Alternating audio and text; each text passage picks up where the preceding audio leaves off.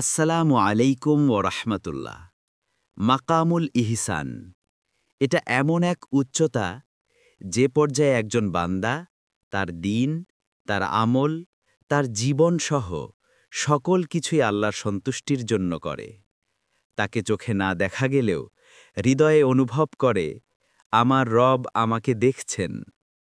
রাসূল সাল্লাল্লাহু আলাইহি ওয়াসাল্লাম বলেছেন, ইহসান হল তুমি আল্লাহর ইবাদত করবে এভাবে যেন তুমি তাকে দেখছ।